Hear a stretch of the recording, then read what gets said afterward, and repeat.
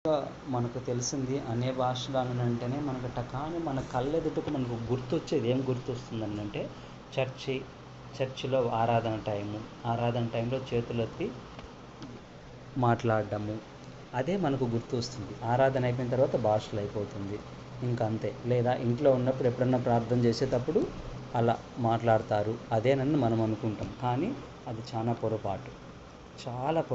లేఖనాలు అలాగని చెప్పడం లేదు. భాషలని అంటే అంతవరకు మాత్రమే పరిమితము, అంతవరకే ఆ గిరిలోనే మాత్రము, చర్చి టైంలో మాత్రమేను అనేటట్లుగా ఎవరన్నా ప్రార్థన చేస్తున్నప్పుడు అనేటువంటిది కాదు. అది ఎలా అంటే మనం నిత్య జీవితంలో ఎలా మనం మాట్లాడుకుంటూ ఉంటామో, మనం నీళ్ళు తీసుకురండి, ఆ పని చేయండి, మన భాషలో ఎలా మాట్లాడతామో ఈ భాషలు కూడా ఏమైపోతాయని అంటే మన నిత్య జీవితంలో పనులకు భాగమైపోవాలి. ఇప్పుడు దెబోరా ఉంది, దెబోరాకు మన తెలుగులో కానీ మన ఉర్దూలో కానీ నీళ్ళు గ్లాస్ తీసుకురా అంటే తెలుగులో చెప్పిన అర్థం చేసుకుంటుంది, ఉర్దూలో చెప్పిన అర్థం చేసుకుంటుంది. అప్పుడు ఆమె వెళ్ళి తీసుకొని వస్తుంది, ఒక పని జరుగుతుంది. అలాగుననే ఈ భాషల ద్వారా గొప్ప పనులు జరగాల్సినటువంటి అవసరం ఉంది. మనం ఈ పక్కన పెట్టేసినామని అంటే మనకు ఏ పనులు జరగవు. ఎక్కడ ఆగిపోయిన వరకు అక్కడే ఉండిపోతుంది. ఇప్పుడు మనం చెప్తేనే కదా దెబోరాకు గ్లాస్ వాటర్ తెమ్మని చెప్తే ఆమె తెస్తుంది. మనం చెప్పకుండా అంటే తేలేదు, ఆ పని జరగదు. అలాగుననే మనం భాషల వరాన్ని మనం పదును పెట్టకుండా, ఆ కత్తిని మనం సాన పెట్టకుండా ఉంటే దానితో మనం ఏమీ చేయలేం, ఏమీ సాధ్యం కాదు. అది చెప్పాలని అంటే భాషల వరం అనేది అన్నిటికీ ఇంటికి తాళం చెవు లాంటిది. ఇంటికి బీగం వేస్తాము, ఇల్లంతా ఉంటుంది, కానీ తాళం చెవు ఉండదు. ఎప్పుడైతే ఒక మనిషి తాళం చెవి తీసుకొని బీగం తీసి గేట్ తీసుకుని లోపలికి రాగలుగుతారో అలాంటిదే భాషల వరం మనం బాగా వాడుకుంటే ఇల్లు మొత్తం మనదైపోతుంది. మనం భాషల వరం వాడుకోకుండా ఉన్నట్లయితే మనం ఎంతసేపు ఇంటి చుట్టూ తిరుగుతూనే ఉన్నాం, ఇంకా ఇంటి లోపలికి ఎంటర్ అవ్వలేదు అని బైబిల్ గ్రంథం చాలా క్లియర్గా చెప్తుంది. సరే, ఇప్పుడు భాషలకు సంబంధించి దేవుడు మనకి ఏం నేర్పాలనుకుంటున్నాడు, ఏం చెప్పాలనుకుంటున్నాడు భాషల వరం గురించి ఒక 5 పాయింట్లు అన్నట్టుగా నేను చెప్తాను. దేవుడు మొట్టమొదటిగా చెప్పాలనుకున్నది ఏంటంటే దేవుని మాటను మనం వినడం నేర్చుకోవాలంట. దేవుని మాటను మనము వినడము నేర్చుకోవాలంట. దేవుని మాట వినడానికి భాషలకి అసలు లింక్ ఏంటి అని మనం అనుకుంటాం, కానీ శక్తి కలిగిన రెఫరెన్స్ మనం ఇంతకుముందు ఒకసారి చూసుకున్నాం. ఏంటనంటే ఆజ్ఞ వెంబడి ఆజ్ఞ, సూత్రం వెంబడి సూత్రం, కొంత ఇచ్చట కొంత అచ్చట చెబుతున్నారు. ఎవరికి చెప్తారు ఇది? పాలు తాగే చిన్నపిల్లలకి చెప్తారా? మాకన్నీ తెలుసు కదా అని యెషయా నిలబడి ప్రవచనం చెప్తే శాస్త్రులు పరిశీలి ఎగతాళి చేస్తారు. మేమేమన్నా చిన్నపిల్లలమా అని వాళ్ళు ఎగతాళి చేసి చెప్తారు. వాళ్ళు ఏమేమి ఎగతాళి చేస్తారో అది కూడా దేవుడు విని తిరిగి యెషయా ప్రవక్తకి చెప్తే ఇలాగున అంటున్నారు. వాళ్ళు ఎవరికి చెప్తారు? పాలు విడిచిన చిన్నపిల్లలకి చెప్తారా అని వాళ్ళు ఎగతాళి చేస్తున్నారు. వీళ్ళు ఏ ఎగతాళి చేస్తారు? దేవుడు విన్నాడు. ఆ దేవుడు విని అదే డైలాగ్ మళ్ళీ యెషయాకి చెప్తాడు. యెషయా వచ్చి అదే డైలాగ్ మళ్ళీ రిపీట్ చేసి వాళ్ళకి చెప్తాడు. అంటే ఇదంతా ఈ ప్రాసెస్లో ఒక మాట వస్తుంది. ఆ యెషయా గ్రంథం 28వ అధ్యాయము 10-13 వరకు చదవద్దులేండి. యెషయా గ్రంథం 28, 10-13 వరకు ఆ లేఖనాలలో ఏముంటుందంటే ఒక మాట ఉంటుంది. ఏముంటుందంటే అన్యజనుల భాషలతోనూ నత్తివారి పెదవులతోనూ అన్యజనుల భాషలతోనూ నేను ఈ ప్రజలతో మాట్లాడుదును. ఈ ప్రజలతో నేను నత్తివారి పెదవులతోనూ అన్యజనులు మాట్లాడే భాషలతోనూ నేను మాట్లాడతాను అనేటువంటి మాట అక్కడ రాయబడి ఉంటుంది. ఆ మాట చాలా ఆశ్చర్యకరమైన మాట. ఎందుకనంటే యెషయా ద్వారా మాట్లాడితే, హీబ్రూలో మాట్లాడితే వాళ్ళు వినలే. అప్పుడు ఏం చేయాలి? దేవుడు అన్యజనుల భాషలతో నేను మాట్లాడతాను అని అన్నాడు. ఇక్కడ అన్యజనుల భాషలోనంటే ఒకటేంటంటే వాళ్ళు బబులోనికి వెళ్ళిపోయి బబులోనుకు సంబంధించి అక్కడ ఉన్నారు కొన్నాళ్ళు, అట్లా తీసుకోవచ్చు. అయితే ఇంకొకటి ఏంటంటే దానికి కరెక్ట్ అయిన ప్రవచన నెరవేర్పు ఏంటి అంటే దేవుడు అన్యజనులమైనటువంటి మనల్ని అభిషేకించాడు. భాషల వరం మనం మాట్లాడుతున్నాం, భాషల వరం మనం ఇప్పుడు యూజ్ చేస్తున్నాం. మన లోపల నుంచి ఇజ్రాయేలీలతో దేవుడు మాట్లాడుతున్నాడు. ఇప్పుడు ఇప్పుడు ప్రపంచం అంతా కూడా దేవుని బిడ్డలు అభిషేకం పొందుకొని భాషలు మాట్లాడుతూ ఉంటే యూదులు అలాగే చూస్తున్నారు వాళ్ళ దిట్టు. యూదులు వింటున్నారు అడపాదడప, కంటిన్యూగా వినకున్నా కూడా అడపాదడప వింటున్నారు వాళ్ళు. ఏం జరుగుతుంది వీళ్ళల్లో అనేది వాళ్ళు అబ్జర్వ్ చేస్తున్నారు. కొంతమంది రిజెక్ట్ చేస్తారు, కానీ కొంతమంది స్టడీ చేసి యాక్సెప్ట్ చేస్తున్నారు. యేసు నిజంగా దేవుని కుమారుడు మెస్సయ్య అని నమ్ముతున్నారు. వాళ్ళని మెస్సియానిక్ కాంగ్రిగేషన్ అంటారు. అంటే యూదులలో యేసుప్రభుని నమ్ముకున్న వాళ్ళని మెస్సియానిక్ కాంగ్రిగేషన్ అంటారు. కొన్ని లక్షల మంది ఉన్నారు ప్రపంచవ్యాప్తంగా. అమెరికాలో ఉన్నారు, రష్యాలో ఉన్నారు, యెరూషలేంలో ఉన్నారు, అనేక దేశాలలో చర్చిలు ఉన్నాయి సపరేట్గా. మెస్సియానిక్ కాంగ్రిగేషన్ అనే చర్చి పేరు కూడా అలాగే పెట్టుకుంటారు. వాళ్ళు మనలాంటి చర్చిలకు రారు. యూదులు యేసుప్రభు నమ్ముకుంటారు, వాళ్ళు చర్చి నడుపుతారు. కాకపోతే వాళ్ళ పేరు ఏం పెట్టుకుంటారంటే చర్చిలకు మెస్సియానిక్ కాంగ్రిగేషన్. అదొక గ్రూపు. ప్రపంచవ్యాప్తంగా ఒక పెద్ద సంస్థలు అవి. పెద్ద పెద్ద ఆర్గనైజేషన్స్ ఉన్నాయి. పెద్ద మిలీనియర్లు ఉన్నారు, కోటీశ్వర్లు ఉన్నారు. యెరూషలేంలో టాప్ TV7 అని ఒకటి వస్తుంది జెరూసలేం నుంచి. మీరు ఎప్పుడైనా చూడండి. TV7 అనేది యూదులు దేవుని యేసుప్రభుని నమ్ముకున్నటువంటి వాళ్ళు ఒక టీవీని రన్ చేస్తున్నారు, ఒక ఛానల్ TV7. ఆ TV7 చేసేటువంటిది ఒక 50% న్యూస్ కవర్ చేస్తుంది. ఆ న్యూస్ కూడా బైబిల్ రిలేటెడ్గా, ప్రవచనాలు రిలేటెడ్గా అనేటట్టుగా చూస్తుంది. అదొక పెద్ద మినిస్ట్రీ. చెప్పాలనంటే యేసు ప్రభువు నమ్ముకోండి అనేటువంటి సువార్త పాపులకు, అన్ని జనులకు ఒక సువార్త. అయితే యూదులకు మధ్యలో జరిగేది ఏంటంటే యేసు ప్రభు దేవుని కుమారుడు అని చెప్పేది రూపాయికి ఇంకొక సైడ్ జరిగే ఇంకొక సువార్త. వాళ్ళేం పాపం చేయరు, వాళ్ళ దేవుని బిడ్డలే. కానీ వాళ్ళకి ఏం కావాలంటే యేసు ప్రభు దేవుని కొడుకు అని నిరూపితం అవ్వాలా. దేని ద్వారా నిరూపితం అవ్వాలా? ధర్మశాస్త్రం ద్వారా నిరూపితం అవ్వాలా. అందుకే అలా నిరూపించడానికి ప్రయత్నం చేసి అపోస్తులుడైన పౌలు హెబ్రీయులకు రాసిన పత్రికను రాశాడు. బాగా స్టడీ చేయండి. హెబ్రీయులకు రాసిన పత్రిక ఒకటే చెప్తుంది, యేసు దేవుని కొడుకుని చెప్తుంది. హెబ్రీయులకు రాసిన పత్రిక మర్మాలు, లెక్కలేని మర్మాలు ఉన్నాయి. నిదానంగా మనం చదివితే తప్ప హెబ్రీయులకు రాసిన పత్రిక మనకు అర్థం కాదు. అది వాళ్ళకు పెద్ద బైబిల్ గ్రంథం లేకల్లా అతి ప్రాముఖ్యమైంది మెస్సియానిక్ కాంగ్రిగేషన్ వాళ్ళకి హెబ్రీయులకు రాసిన పత్రిక వాళ్ళకు. అట్లా వాళ్ళకు ఏం చెప్తాడంటే దేవుడు, నత్తివారి మాటల చేతను అన్యజనుల భాషలతోనూ నేను మాట్లాడతాను. అర్థమవుతుందా? అంటే ఎందుకు ఇలా మాట్లాడతాను? అట్టయినా నా మాట వింటారేమో. అర్థమవుతుందా? అసలు మెయిన్ కాన్సెప్ట్ ఏంటంటే భాషలు ఎందుకు అనంటే మనము దేవుని మాటను వినాలి. మెయిన్ కాన్సెప్ట్ అది మిస్ కాకూడదు. అది ఎట్టి పరిస్థితుల్లో మనం మిస్ కాకూడదు. దేవుని మాటను మనం వినగలిగే విధంగా ఉండున్నట్లుగా దేవుడు దాన్ని పరిచయం చేశాడు ఆ రోజుల్లో. కానీ మెయిన్ కాన్సెప్ట్ చాలామందికి ఇది లోతుకి వెళ్ళిన వాళ్ళకి, స్టడీ చేసిన వాళ్ళకే తెలుస్తుంది, కానీ మిగిలిన వాళ్ళకు తెలియదు. సరే, మనం దేవుని బిడ్డలం, మందిరంకి వెళ్తున్నాం, వస్తున్నాము. మనమైతే దేవుని మాటలు వింటున్నాం. అయితే ఎలా వాక్యం పాస్టర్ గారు చెప్తారు, వింటున్నాము, దేవుడు నాతో మాట్లాడినాడు అనుకున్నాడు, వస్తున్నాము.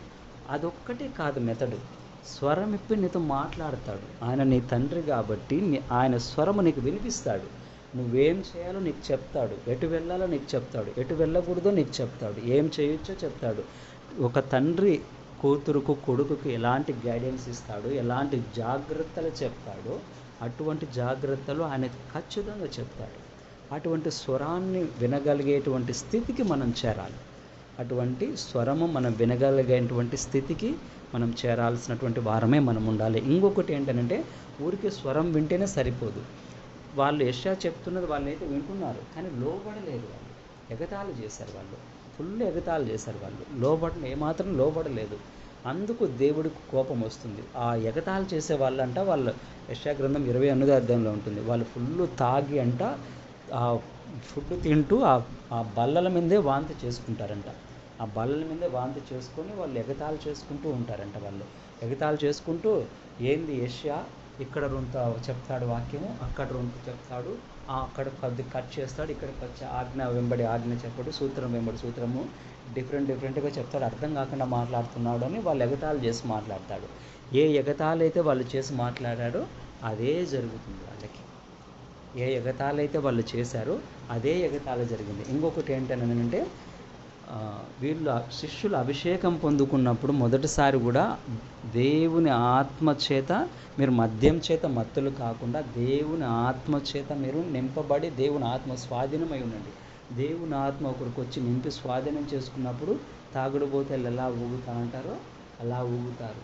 వీళ్ళు కొత్త మద్యంతో నింపబడి ఉన్నారని అపోస్తలుల కార్యాలు 2వ గ్రంథంలో ఉంది. అంటే అర్థం ఏంటంటే వాళ్ళు తాగి ఎగతాళి చేశారు. ఎవరిని? యెషయాని. తాగి వాళ్ళు వాంతి చేసుకుని బల్ల మీద కక్కుకొని అంత ఎగతాళి చేసుకొని ప్రవక్తను రిజెక్ట్ చేశారు. కాబట్టి వాళ్ళు ఏదైతే చెప్పారో కొంత ఇక్కడ కొంత అక్కడ అంటున్నావు కదా, నువ్వు చెప్పినట్టే వాక్యం కొంత ఇక్కడ కొంత అక్కడ వస్తుంది. ఇంకా మీకు ఒక అడ్డుబండలాగా వాక్యాలు ఇక నిలబడి డైరెక్ట్ యాక్సెస్ మీకు ఉండదు, డైరెక్ట్ ప్రవేశం మీకు ఉండదు. అన్ని జనాలకు నేను వెళ్తాను, అన్ని జనాల లోపల నుంచి నేను మాట్లాడతాను. అర్థమవుతుందా? వాళ్ళు మత్తు తాగినందు వల్ల వాళ్ళు మత్తు అయ్యారు.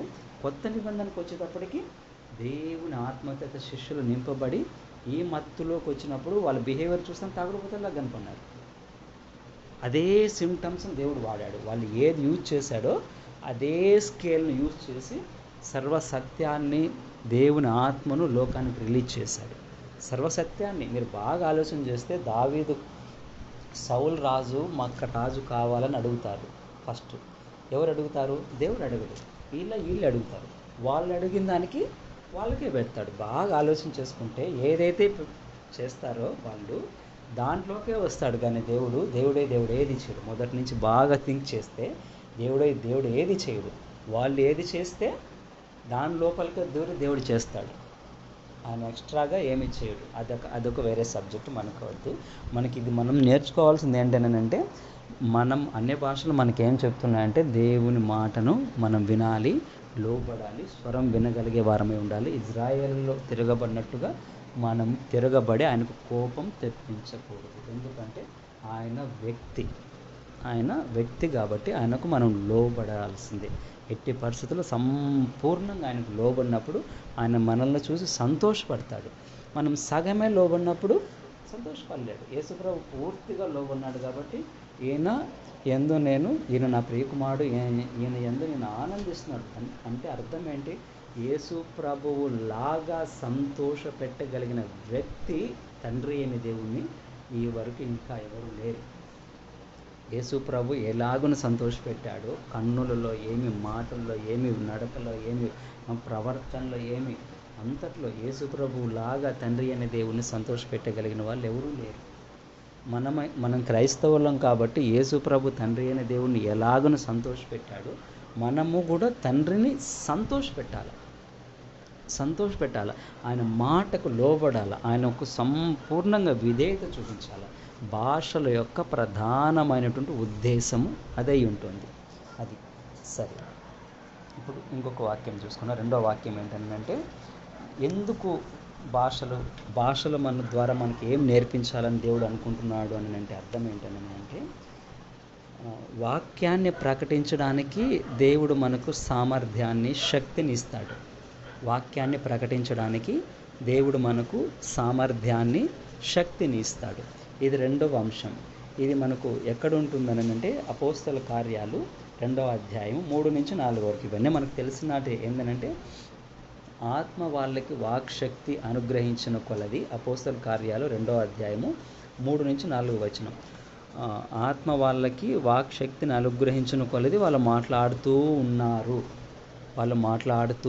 వాక్శక్తి దేవుని ఆత్మ వాళ్ళకి ఇచ్చే కొద్దీ వాళ్ళు మాట్లాడుతూ ఉన్నారు అని అక్కడ రాయబడి ఉంటుంది. అయితే వాళ్ళు కాసేపు భాషలు మాట్లాడుకున్నారు. అంతా ఆడికి అయిపోయింది.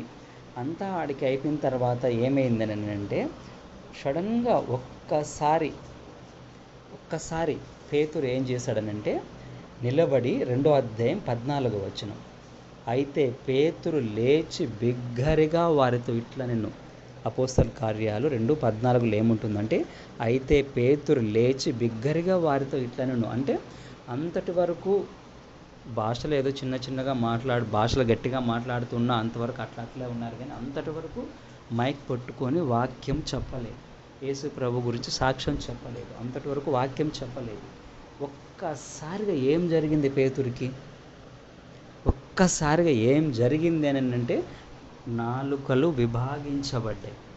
నాలుకలుగా అగ్ని జ్వాలలు విభాగించబడి ఒక్కొక్కరు నెత్తిన వాలినాయి. అంటే అర్థం ఏందనంటే దేవుని నాలుక ఒక్కొక్కరి మీద వాలింది. అంటే అర్థం ఏంటంటే దేవుని నాలుక వచ్చి వాళ్ళ నాలుకను స్వాధీనం చేసింది, వాళ్ళ నాలుకను తాకింది. దేవుని నాలుక వాళ్ళ నాలుక ఒకటైపోయినప్పుడు ఏమైందనంటే అప్పటికే కొన్ని రోజులు, ఒక 40 రోజులు అయింది యేసుప్రభుని సిలువ వేసి.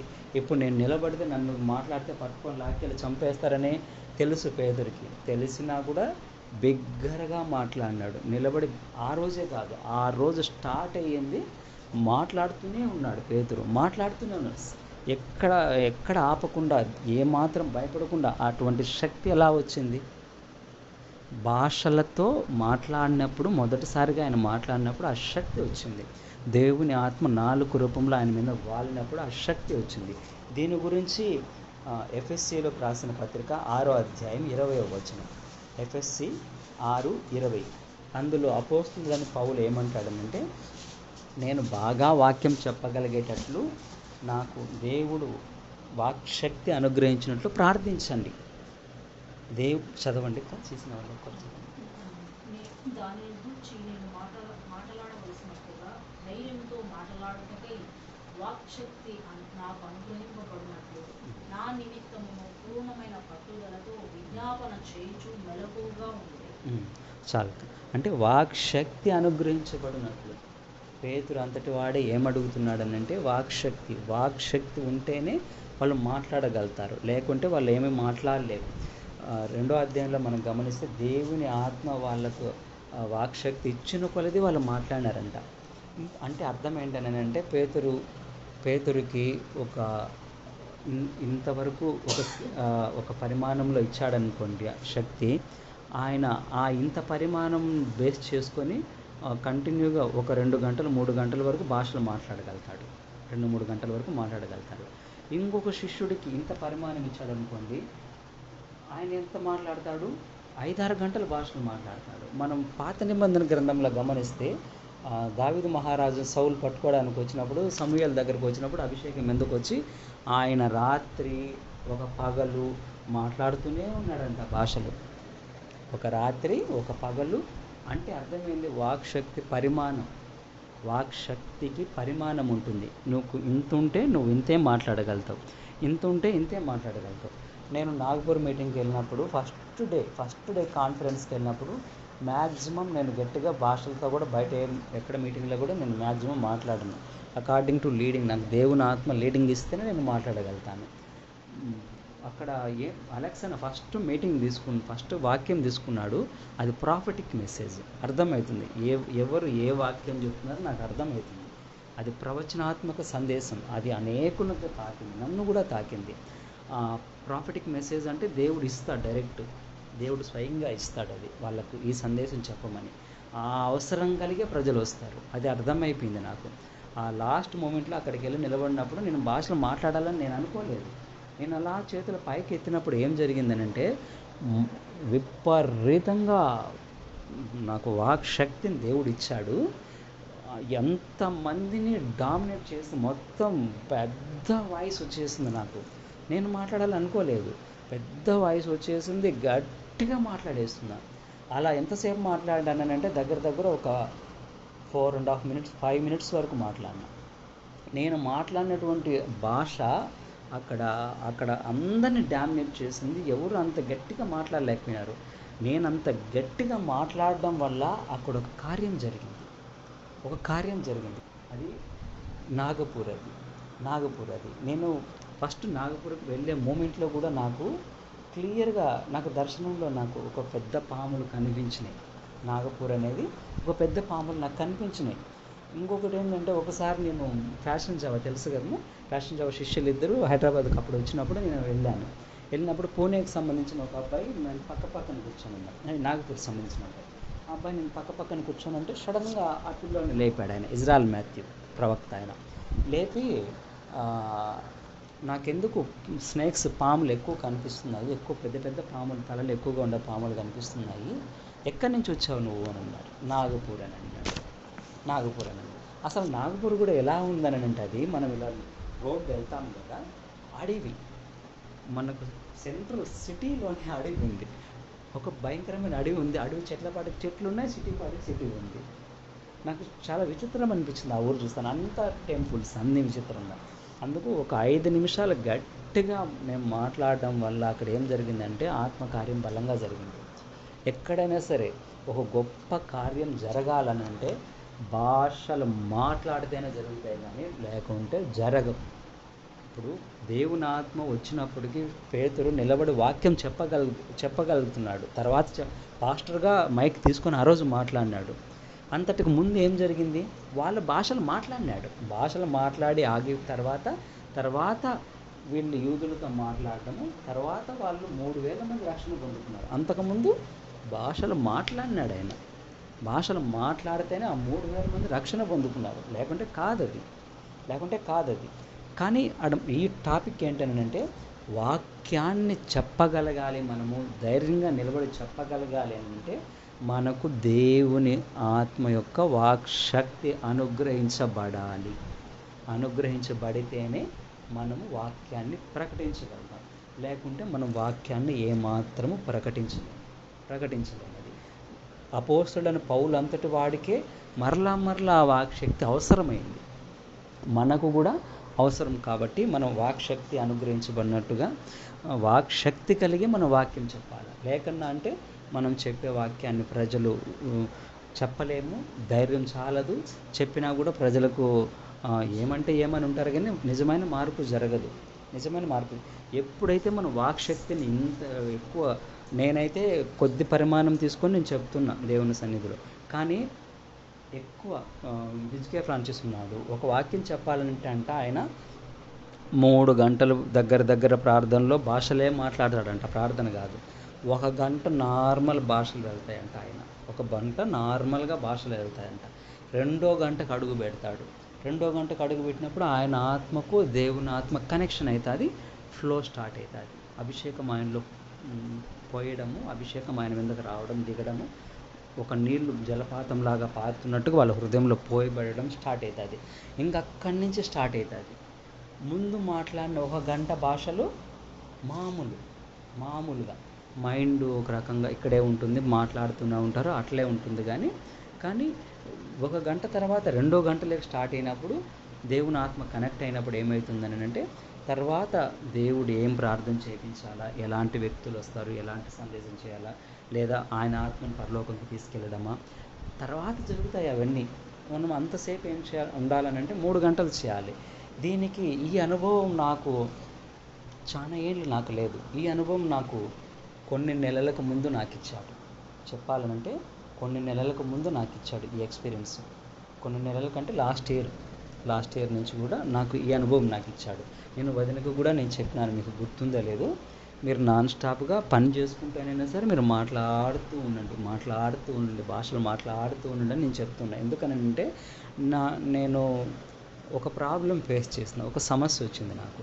ఆ సమస్య వచ్చినప్పుడు ఏం జరిగేదని అంటే నేను ఓడిపోయేది. ఆ సమస్య ఒక వ్యక్తి వచ్చి నా దగ్గరికి వచ్చి మాట్లాడేటప్పటికి వాళ్ళు చేస్తున్న తప్పు అని తెలుసు, కానీ నేను చెప్తే వాళ్ళకి అర్థం కాదు, వాళ్ళు అస్సలు బుర్రకి ఎక్కదు, వాళ్ళకి ఓడిపోయేది. అసలు నాకు అర్థం కాల, ఇది ఎలా జరుగుతుంది, నాకు అస్సలు అర్థమే కల నా మైండ్లో. తర్వాత నేను దేవునిలో ఉండంగా అడగంగా నాకు అర్థమైంది అంటే ఆ వ్యక్తికి ప్రధాన స్పిరిట్ ఉంది, మామూలు స్పిరిట్ కాదు. ప్రధానులు అంటే ఆకాశ మండలంలో ప్రధానులు, ఆ స్పిరిట్ ఉంది. స్పష్టంగా దేవుడు 2-3 సార్లు చూపించాను నాకు. అప్పుడు అర్థమైంది, ఎవరి దగ్గరన్నా నేను ఏదన్నా మాట్లాడుతున్నప్పుడు దేవుని ప్రతిరోజు ప్రార్థనలో ఉంటాయి, ఏదైనా నేను చెప్పినప్పుడు నాకు తెలుస్తుంది దాదాపుగా సెన్స్ నాకు ఉంటుంది.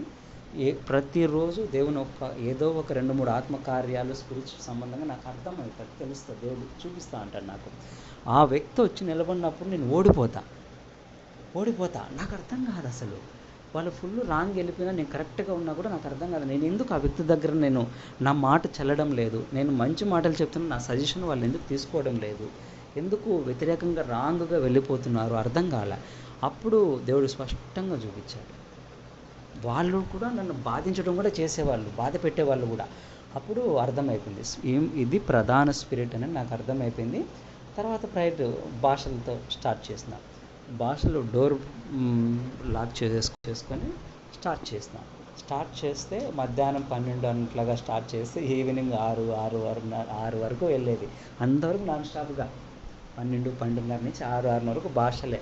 ఫస్ట్ 1 అవర్ నార్మల్గానే ఉంటుంది, 1 అవర్ 1.5 అవర్. తర్వాత కనెక్ట్ అవుతాం, దేవుని ఆత్మ కనెక్ట్ అయినప్పుడు దేవుని అభిషేకం పోయబడము, దేవుడి దర్శనాలు చూపించడము, దేవుడి స్వరం వినిపించడము, లేదా ఇది చెయ్యి, ఇది చెప్పు అని చెప్పడము. లేదా నాకు మ్యాక్సిమం ఎలా జరుగుతుందని అంటే నాకు మొట్టమొదటిసారి అభిషేకం జరిగినప్పుడు దేవుని చెయ్యి వచ్చి నన్ను తాకింది, పెద్ద హస్తం నన్ను పట్టుకున్నది. ఇప్పటికీ కూడా నాకు ఏ ప్రవక్త నాకు ప్రవచనం చెప్పినా యెహోవా దక్షిణ హస్తము నీ తట్టు చాపబడి ఉందని చెప్తారు. అది ఊరికే చెప్పేది కాదు, రియల్. అది కొంతమందికే దేవుని హస్తం తోడై ఉంటుంది, నాకు దేవుని హస్తం ఎప్పుడూ ఉంటుంది. కొంతమందికి నా సన్నిధి తోడుగా వస్తుంది అంటారు, అది వాళ్ళకి సన్నిధి ఉంటుంది. అది ఒక్కొక్కరికి డిఫరెంట్ బ్లెస్సింగ్. అది నాకున్న బ్లెస్సింగే మీకు ఉండదు, ఎంత ప్రయత్నం చేసినా అది మీకు రాదు. అది నా పర్సనల్ గిఫ్ట్. అది నేను కాసేపు, ఇప్పుడు మీరు పాటలు పాడుతూ ఉన్నారు, కాసేపటికి నా చేతిని దేవుని స్పర్శ తాకింది, నాకు తెలుస్తుంది. నేను బస్సులో వెళ్తున్నా కానీ దేవుని చేతులు నన్ను పట్టుకోవడం నాకు తెలుస్తుంది. ఈ ఫుల్ హ్యాండ్స్ ఇంతవరకు కూడా దివిటీలాగా మండడం అనేది నాకు తెలుస్తుంది. అది నా పర్సనల్ గిఫ్ట్. అది ఒకవేళ అది మీకు ఇస్తే మీకు వస్తుంది, అది మీకు ఇస్తే వస్తుంది. అట్లా నేను ఆ వ్యక్తితో పోరాడడానికి నాకు దగ్గర 3 గంటలు 4 గంటలు పట్టేది. అట్లా 3-4 సార్లు, అంటే 3-4 రోజులు అంత టైం భాషలతో స్పెండ్ చేస్తే కానీ ఆ వ్యక్తిలో ఉన్న దయాన్ని నేను ఓడించలేకపోయినా. అప్పుడు నాకు అర్థమైంది, ఆయన చెప్పిన పాస్టర్ పెద్ద ఆయన హెచ్జిఏ ఫ్రాన్సిస్ చెప్పింది, నేను 3 గంటలు భాషలు మాట్లాడతాను, మొదట 1 అవర్ నార్మల్గా ఉంటుందని ఆయన ఏదైతే చెప్పాడో అది నా అనుభవంలోకి వచ్చింది. నా అనుభవం క్రిటికల్ ప్రాబ్లమ్స్ను మనం గెలవాలి అని అంటే భాషలతోనే సాధ్యమవుతుంది. భాషలతో మనం మాట్లాడుకున్న క్రిటికల్ కండిషన్ని మనం గెలవలేము, క్రిటికల్ మనుషుల్ని మనం గెలవలేము. భాషలతోనే మనం మాట్లాడాలి. ఇది పర్టికులర్లీ ఇది వాక్యంకి సంబంధించి మనం చెప్పగలగాలి అని అంటే ఎక్కువ ప్రజలు కూడా ఒకేసారి వేల లక్షల మంది ఎలా పొందుకోవాలని అంటే ముందు మనం భాషలు మాట్లాడాలి, ఎక్కువ భాషలు మాట్లాడుకోవాలి. జీసస్ కాల్స్లో వాళ్ళని అడిగారంట, డిజెస్ ధన్కర్ని, ఎలా మీరు ఇంతగా జరుగుతుంది మీ మినిస్ట్రీ, పవర్ మినిస్ట్రీ, మీ సీక్రెట్ ఏంటి అని అంటే నేను ఎక్కువ భాషలు మాట్లాడతానంటాడు. ఎవరైనా సరే నేను ఎక్కువ భాషలు మాట్లాడతారంటారంట. అందుకు మనం చేయాల్సిన బాధ్యత ఏంటంటే మనం భాషలే మాట్లాడాలి. ప్యాషన్ జావాకి సంబంధించి జరిగింది ఏంటి అని అంటే వాళ్ళు ఆఫ్రికన్స్, వాళ్ళ అన్న ఆయన 2 కొడుకులు, వాళ్ళు ఇంత వయసు అప్పటికి 13 ఏళ్ళు 14 ఏళ్ళు వయసప్పటికి వాళ్ళ అమ్మ వాళ్ళు పల్లెల్లో వేరేగా ఉంటాయి. ఆ పిల్లల్ని వదిలేసి వాళ్ళ భర్తను వదిలిపెట్టి ఇంకొకరిని పెళ్లి చేసుకుంటుంది ఆమె, మళ్ళీ ఆయన వదిలిపెట్టి ఇంకొకరిని చేసుకుంటారు. అది ఆఫ్రికా వాళ్ళకి అది మామూలే. అది వాళ్ళకి చర్చికి ఏం పోతానే ఉంటారు, డైలీ ప్రార్థన చేసుకుంటూనే ఉంటారు. 1 సంవత్సరం ఒకరిని పెళ్లి చేసుకుంటారు, 2వ సంవత్సరం ఇంకొకరిని చేసుకుంటారు, 3వ సంవత్సరం అది వాళ్ళకి తప్పు కూడా కాదు. వాళ్ళేమో మళ్ళీ అభిషేకం వరాలన్నీ ఉంటాయి, అది వాళ్ళ కల్చర్. అది వేరేది, అది మనకు అనవసరం. అందుకు వాళ్ళ అమ్మ వాళ్ళని వదిలిపెట్టి వెళ్ళిపోయినప్పుడు ఏం జరిగిందని అంటే ఈ పిల్లలు 2 బాగా డిప్రెషన్కి వెళ్ళిపోయి అన్నదమ్ములు 2 ఎక్కువ భాషలు మాట్లాడుకునేవాళ్ళు. ఎక్కువ డైలీ భాషలు మాట్లాడి వాళ్ళు ఇప్పుడు అమెరికాలోనే నెంబర్ 1గా అయినాడు ప్రవచనంలో. ఆయన నెంబర్ 1 సేవకుడు అయినాడు. ఎంతటి సేవకుడు అయినాడంటే ఇప్పుడు ఆ మరణాతాన నా ఛానల్లో ఒక వీడియో ఉంది. బెన్నీ హెన్నన్, ఒక 10 నిమిషాలు ఉంటుంది వీడియో. బెన్నీ హెన్నను ప్యాషన్ జావా ఇద్దరు ఒక స్టేజ్ మీద ఉంటారు. స్టేజ్ మీద ఉంటే బెన్నీ హెన్నన్ ప్యాషన్ జావాకి మైక్ ఇస్తాడు. ప్యాషన్ జావా చెప్పే ప్రవచనాలన్నీ అలాగే వింటూ ఉంటాడు బెన్నీ హెన్నన్. బెన్నీ హెన్నన్ అంతటి వాడు షాక్ అయిపోయి అలాగే వింటూ ఉంటాడు, అలాగే చూస్తూ ఉంటాడు. అది ఎలా జరుగుతుందని అంటే వాళ్ళు ఎక్కువ భాషలు మాట్లాడుతూనే ఉంటారు. ఎంత పవర్ఫుల్ ప్రవచనం అంటే అంది ప్యాషన్ జావాది. ఒక దొంగ వేరే వాళ్ళకి సంబంధించి పాస్పోర్ట్ కొట్టేస్తాడు. ఆ దొంగ పేరు, దొంగ యొక్క ఫోన్ నెంబరు చెప్తాడు. అది ఎలా సాధ్యమవుతుంది? ఎక్కువ భాషలు మాట్లాడితే ప్రజల పేర్లు మనం చెప్పగలుగుతాం. డిజెస్ దినకర్ అదే చేసింది. డిజెస్ దినకర్ కీ పాయింట్ అదే. లక్షల మంది జనం కూర్చొని ఉంటారు, ఎలా పేర్లు పిలుస్తాడు? పేర్లు ఎలా పిలుస్తాడని అంటే భాషల ముందు ఎక్కువ మాట్లాడాలి ఆయన. ముందు ఎక్కువ భాషలు మాట్లాడినప్పుడు దాంట్లో స్టెప్స్ ఉంటాయి. ఆ స్టెప్స్ గుండా మనం వెళ్ళినప్పుడు దేవుడు ఆ రేంజ్కి తీసుకెళ్తాడు. ఇప్పుడు అమెరికాలో పేషన్ జావాని కొట్టే చెయ్యి ప్రవచనంలో లేదు. ఒక అమెరికాలోనే కాదు, ప్రపంచవ్యాప్తంగా ఆయనకు మించిన వాళ్ళు ఎవరూ లేరని అయితే నేనైతే ధైర్యంగా చెప్పగలుగుతా. ఎందుకంటే ఆయన వీడియోస్ నేను చూస్తూ ఉంటాను, ఆయన టెస్ట్ మనీస్ అన్నీ నేను గమనిస్తూ ఉంటాను. కాబట్టి ఆయన ఇద్దరు శిష్యులు హైదరాబాద్కి వచ్చినప్పుడు నేను అతి దగ్గరగా నేను వాళ్ళని చూశాను. వాళ్ళు నాకు ప్రవచనాలు చెప్పారు, ఇద్దరు నాకు ప్రవచనాలు చెప్పారు, ఇద్దరు నాకు ప్రార్థనలు చేశారు. వాళ్ళు ఏంటి అనేది, వాళ్ళ స్టామినా ఏంటి అనేది నాకు తెలుసు. ఆయన నాకు డైరెక్ట్ నాకు దర్శనంలో కళల్లో నాకు 2-3 సార్లు నాతో మాట్లాడినాడు క్లియర్గా. మీకు చెప్పాను కదా, 2-3 సార్లు డైరెక్ట్గా నాతో మాట్లాడినాడు ఆయన రాలేకపోయినా కూడా ఆయన స్పిరిట్ అనేది, నేను ఎక్కువ ప్రార్థనలో ఉన్నప్పుడు, నేను ఎక్కువ అభిషేకంలో నేను ఉన్నప్పుడు నాకు ఏం చెప్పాలనుకుంటారో అది చెప్పడం జరుగుతుంది. అది వాక్యానుసారమే, వాక్యంలో లేనిదైతే కాదు, వాక్యానుసారమే ఇది జరుగుతుంది. మనం ఎక్కువ భాషలు మాట్లాడుతున్నప్పుడు వాక్యాన్ని మనం ధైర్యంగా ప్రకటించాలి. వాక్యాన్ని ప్రకటించకుండా మనం అదర్ యాక్టివిటీస్ ఎన్ని చేసినా కూడా దేవుని చిత్తాన్ని మనం నెరవేర్చలేము. వాక్యం అంటే ఏంటి? యేసుప్రభు వాక్యం, యేసుప్రభు గురించిన సువార్తే. పేతురు ఏం చేశాడు? మీరు ఎవరైతే సిలువ వేశాడో ఆయన దేవుని కొడుకు అన్నాడు. యేసుక్రీస్తు ప్రభువుని తప్ప మనం ఇంకేది ప్రకటించకూడదు. ఆయననే మనం హైలైట్ చేస్తూ ప్రకటిస్తూ ఉండాలి. అది మనం నెగ్లెక్ట్ చేయకూడదు, అది ఎప్పటికీ నెగ్లెక్ట్ చేయకూడదు. సరే, ఇప్పుడు 3వ పాయింట్ ఏంటంటే భాషల ద్వారా మనం ఏం నేర్చుకోవాలని దేవుడు కోరుకుంటున్నాడు అంటే యుక్తముగా ప్రార్థన చేయడము మనం నేర్చుకోవాలంట. యుక్తముగా మనం ప్రార్థన చేస్తాం, కానీ మనం చేసే ప్రార్థన ఎలా ఉండాలంట? యుక్తముగా. రోమా 8:26, రోమా 8:26 దాంట్లో ఏముందంటే అటువలే ఆత్మయు మన బలహీనతను చూసి ఎలా ప్రార్థన చేయాలో దేవుని ఆత్మ మనకు నేర్పిస్తాడు. మన బలహీనతలను చూసి మనకు ప్రార్థన చేయడము సహాయం చేస్తాడనేటువంటి లేఖనం ఉంటుంది. దాంట్లో ఒక మాట ఉంటుంది ఏంటంటే మనం యుక్తముగా ప్రార్థించే ఆ పదం ఉంటుంది. యుక్తముగా అనేటువంటిది ఏంటంటే మామూలు ప్రార్థన వేరు, యుక్తముగా ప్రార్థన చేయడం వేరు. యుక్తముగా ప్రార్థన అంటే అర్థం ఏంటంటే ఆ ప్రార్థన చేసింది నెరవేరుతుంది, ఆ ప్రార్థన చేసింది ఆడికి జరుగుతుంది, ఆడికి జరిగిపోతుంది. అది ఎప్పటికో కాదు, అప్పటికప్పటికి జరిగిపోతుంది. అది ఖచ్చితంగా దేవుడు నెరవేరుస్తాడు, దానిని ఇచ్చేస్తాడు. ఓకే, పర్మిషన్ గ్రాంటెడ్ అని వెంటనే ఇచ్చేస్తాడు. ఆ పర్మిషన్ గ్రాంటెడ్ ఓకే అని వెంటనే ఇవ్వాలనంటే ఎలా ప్రార్థన చేయాలని అంటే దేవుడు మనసు తెలుసుకొని ఉండాలి. దేవుడు మనసు ఎవరికి తెలుసు? దేవుని సంగతులు దేవుని ఆత్మకే తెలుసు తప్ప ఇంకొకరికి తెలియదని ఇంకొక వాక్యం ఉంది. ఆ ఆత్మ వచ్చి మనలో ఉన్నప్పుడు దేవుని ఆత్మ ప్రార్థన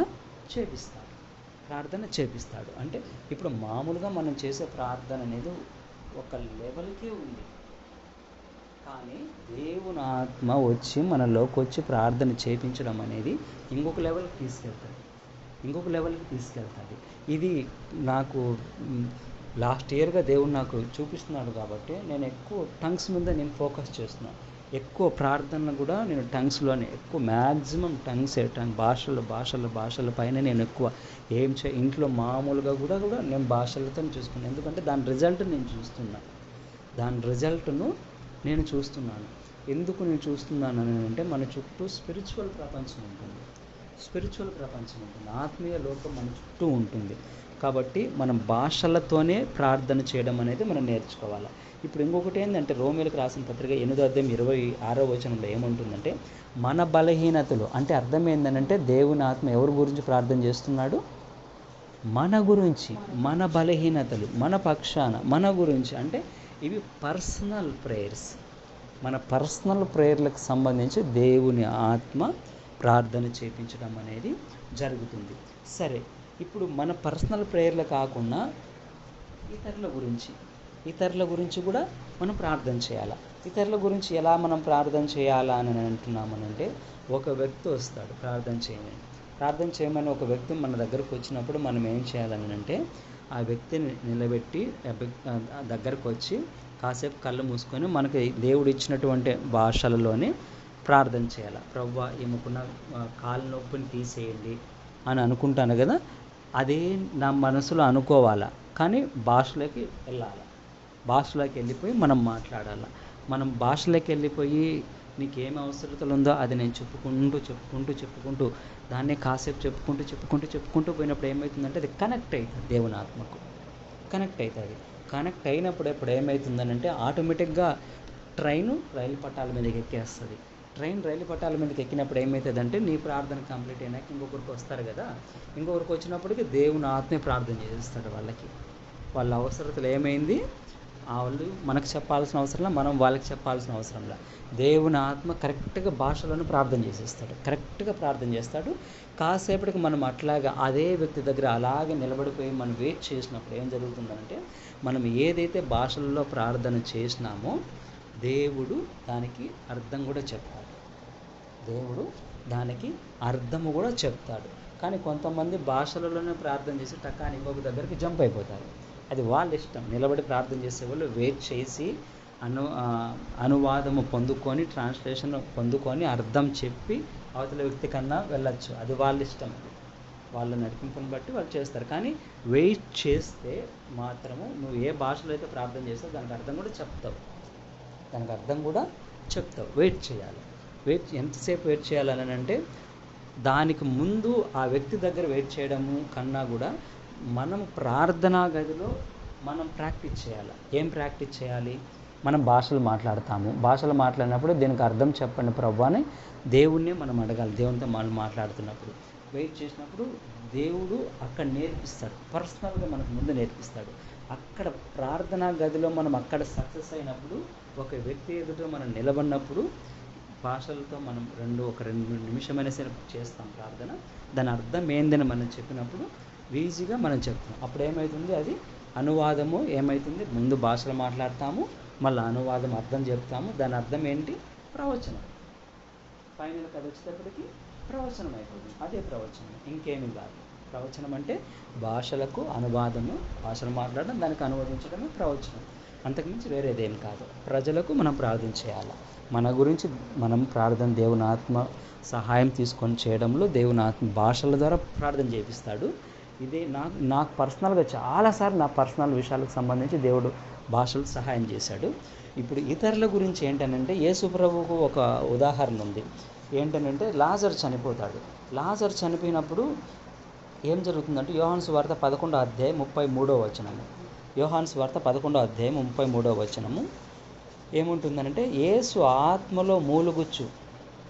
లాజరు సమాధిలో ఉన్నప్పుడు ఆయన బాధపడి ఆయన ఏమంటాడనంటే ఆత్మలో మూలుగుచ్చు అని ఉంటుంది. యేసు ఆత్మలో మూలుగుచ్చు 11:33లో ఉంటుంది. అది 11:38లో కూడా ఒక మాట ఉంటుంది. యేసు మరలా తనలో తాను మూలుగుచ్చు అని 38లో ఇంకొక మాట ఉంటుంది. అంటే ఒక 2-3 సార్లు లాజరు చనిపోయిన సందర్భంలో 38 యోహాను సువార్త 11వ అధ్యాయము 38లో యేసు మరలా తనలో తాను మూలుగుతూ అని ఉంటుంది. 33వ వచనంలో ఆత్మలో మూలుగుచు, యేసు ఆత్మలో మూలుగుచు. అట్లా 2-3 సార్లు అంటే మూలగడము అంటే అర్థం ఏంటంటే దేవుని ఆత్మ ఉచ్చరింపశక్యం కాని మూలుగతో ప్రార్థన చేపిస్తుంది. యేసు ప్రభు కొన్నిసార్లు ఆత్మయందు పరిశుద్ధాత్మలో ఆనందించాడని రాయబడింది. అదేలాగన కొన్నిసార్లు దేవుని ఆత్మ బాధ, దుఃఖము, మూలుగు, ప్రార్థన కొన్నిసార్లు చేపిస్తాడు. ఇక్కడ ఏం జరిగింది అంటే ఎవరి గురించి ఆయన మూలిగాడు యేసు ప్రభు అని అంటే లాజరు గురించి, ఇతరులు పక్కన వాళ్ళ గురించి దేవుని ఆత్మ ప్రార్థన చేపిస్తాడనే దానికి ఇది ఉదాహరణలు నేను చెప్తున్నాను. అంటే భాషలు మనకు ఏం చెప్తాయి అని అంటే యుక్తముగా ప్రార్థన చేయడం. యేసు ప్రభు అక్కడ మూలిగాడు, కొన్నిసార్లు మూలిగినట్టుంది. అది ఏం మూలిగాడు అనేది దేవుని ఆత్మకు తెలుసు, దేవుడికి తెలుసు. దేవుని ఆత్మకు తెలుసు, దేవునికి తెలుసు, యేసు ప్రభువుకి తెలుసు. అంతవరకు. కానీ కొన్నిసార్లు ప్రార్థన చేసేటువంటి సేవకులకి వాళ్ళు బాగా డీప్గా దేవుని ఆత్మతో కనెక్ట్ అయిపోయినప్పుడు దేవుని ఆత్మ ప్రార్థన అనేది చేస్తారు. కానీ వాళ్ళకి తెలియదు ఏం ప్రార్థన చేసినామో అర్థం తెలియదు. వాళ్ళు వెయిట్ చేయరు, మూలుగుతారు. మూలుగు లాంటి ప్రార్థన కూడా ఎంటర్ అయినప్పటికీ ఆ మూలుగులకు అర్థాలు కూడా తెలియదు వాళ్ళకి. కానీ దేవుని ఆత్మకు తెలుసు, దేవునికి తెలుసు, ఆ కార్యాన్ని దేవుడు క్లియర్ చేస్తాడు. మన విషయంలోనూ ఇతరుల విషయంలోనూ యుక్తంగా ప్రార్థన చేయడము అనేది మనం నేర్చుకోవాలనేది దేవుని వాక్యం మనకు చెప్తుంది. సరే, దీనికి సంబంధించి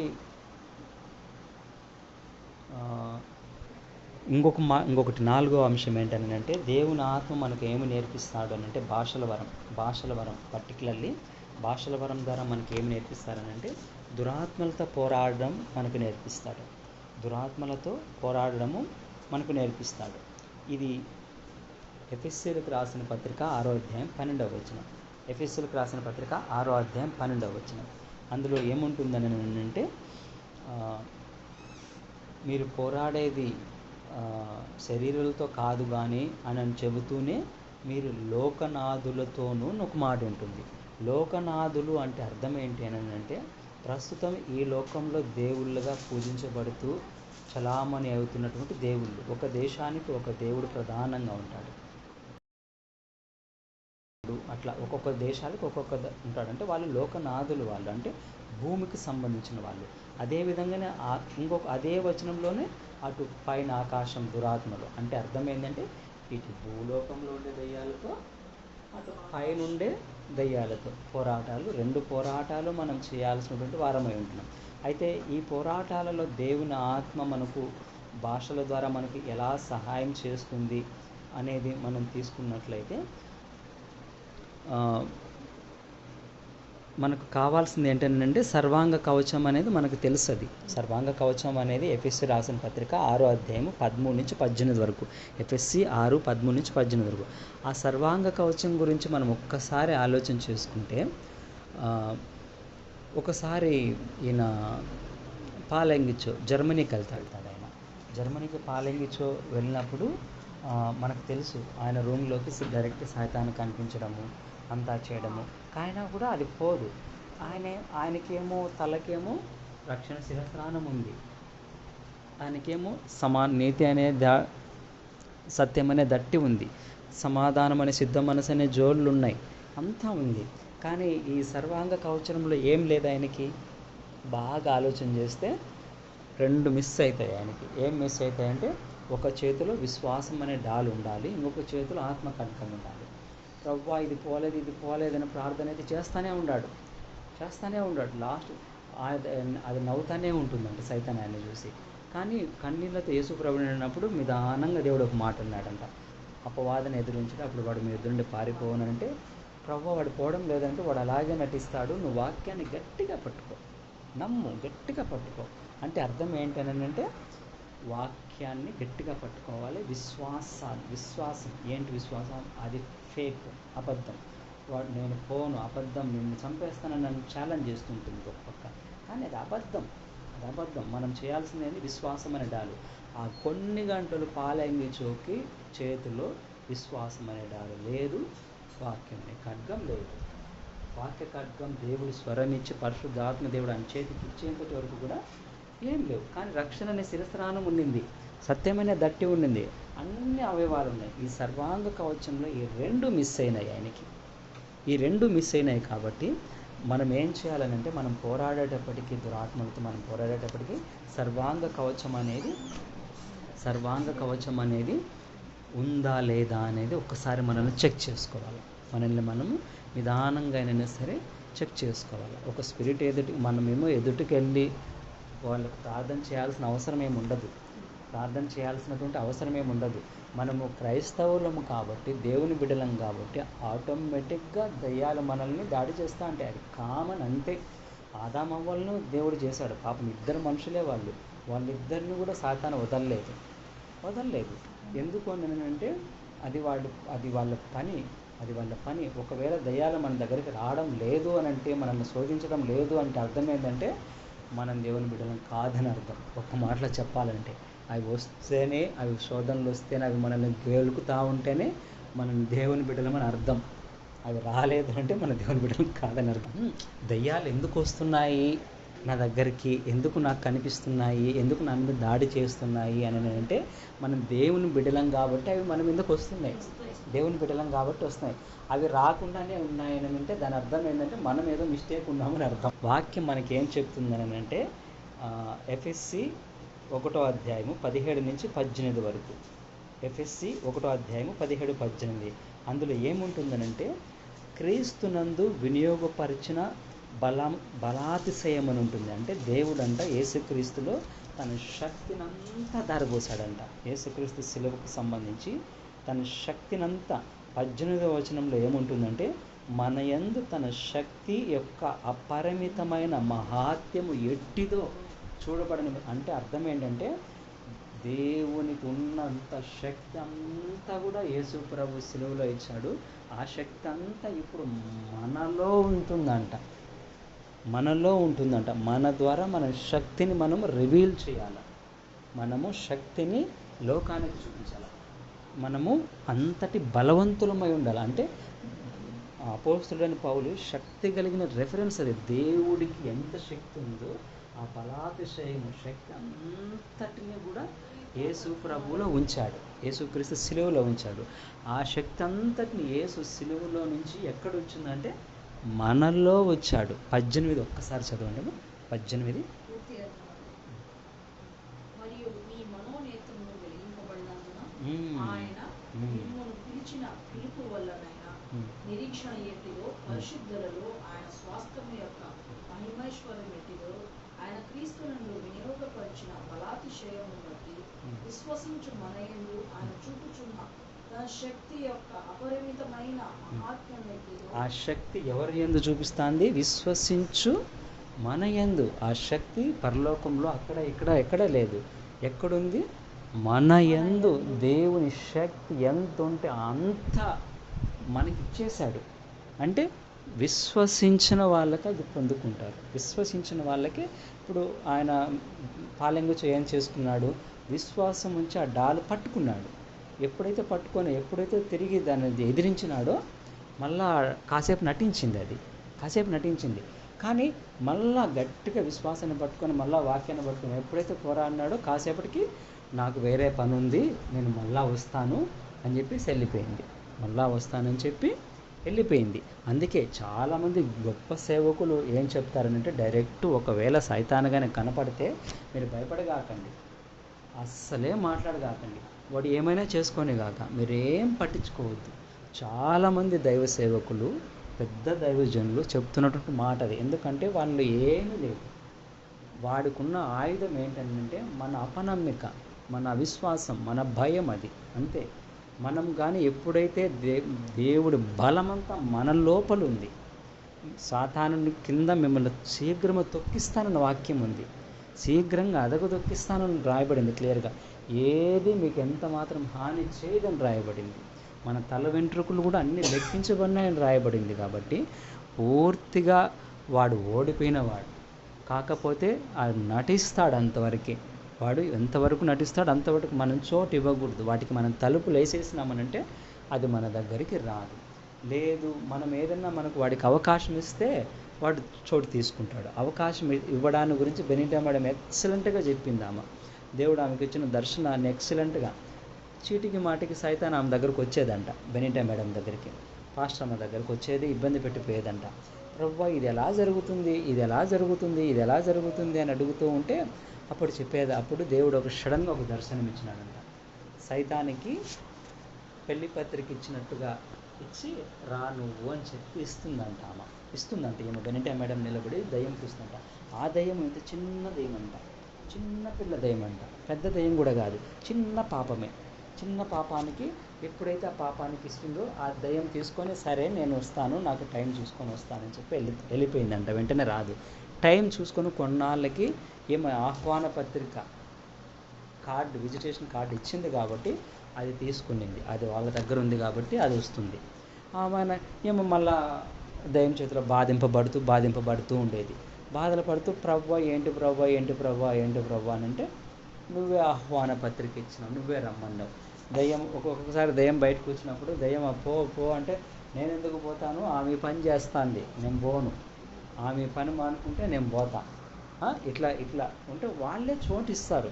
ఎన్నోసార్లు మనం చూస్తూ ఉంటాం. అంటే అవి ఆహ్వాన పత్రికలు మనం ఇవ్వడం వల్ల మాత్రమే అవి లోపలికి వస్తాయి. అవి ఎప్పుడైతే మనం చించేస్తామో, మనం గుర్తు తీసుకొని ప్రవ్వా నేను ఫలానా పొరపాటు చేశాను కాబట్టి అది దానికి చోటు ఇచ్చాను, నేను ఆ పత్రికను చించేస్తున్నాను మనస్సులో పూర్తిగా, ఆ పొరపాటుని క్షమించాను, ఆ తప్పు నాదే, క్షమించండి, ఆ పాపం ఇక నేను చేయను, ఆ పత్రికను మనం చింపేసుకోలో, మన మనసులో చింపేసుకున్న దయ్యమా ఇంకా నువ్వు పో అని మనం ఆజ్ఞాపించాలి. ఎప్పుడైతే అది డైలీ మనం చేస్తూ ఉంటామో రావు దయ్యాలు, మన దగ్గరికి రావు, అవి వెళ్ళిపోతాయి, అవి ఏమాత్రం ఏం చేయలేవు. ఎఫెసీయులకు రాసిన పత్రిక 6:10 చదవండి. 6:10 ఎఫెసీయులకు రాసిన పత్రిక 6వ అధ్యాయం 10వ వచనం.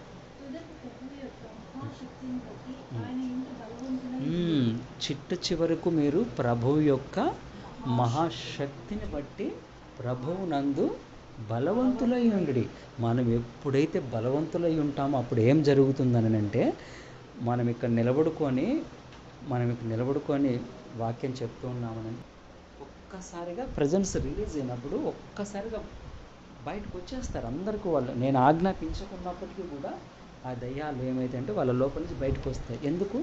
ప్రభు యొక్క మహాశక్తి అనేది మనం బట్టి మీరు బలవంతులై ఉండి. అర్థమవుతుందా? ఆ శక్తిని బట్టే మనం బలవంతులం. మనకు ఆ శక్తి మన లోపల లేకుండా అంటే మనం బలవంతులం కాలేం. అందుకే ఒక దయ్యాలు వెళ్ళగొట్టే సేవకులకు శక్తి ఎక్కువగా ఉంటుంది, కొంతమందికి శక్తి తక్కువగా ఉంటుంది. పరిశుద్ధాత్మ చేతన శక్తి చేతన అభిషేకం అంటే అర్థం ఏంటంటే కొంతమందికి కొద్ది శక్తి ఉంటుంది. ఆ శక్తిని మనం డెవలప్ చేసుకోవాలి.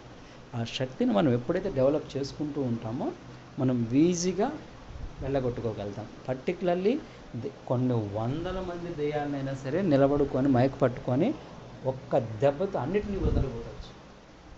ఒక్క దెబ్బతోనే అన్ని దెయ్యాలని వెళ్ళగొట్టచ్చు. అంతటి శక్తిని కూడా మనం పొందుకొని ప్రభువునందు మనము బలవంతులమై ఉండాలి. ఆయన శక్తి అంతటినీ మనకి ఇచ్చేశాడు. దేవుళ్ళు ఏ పొరపాటు లేదు.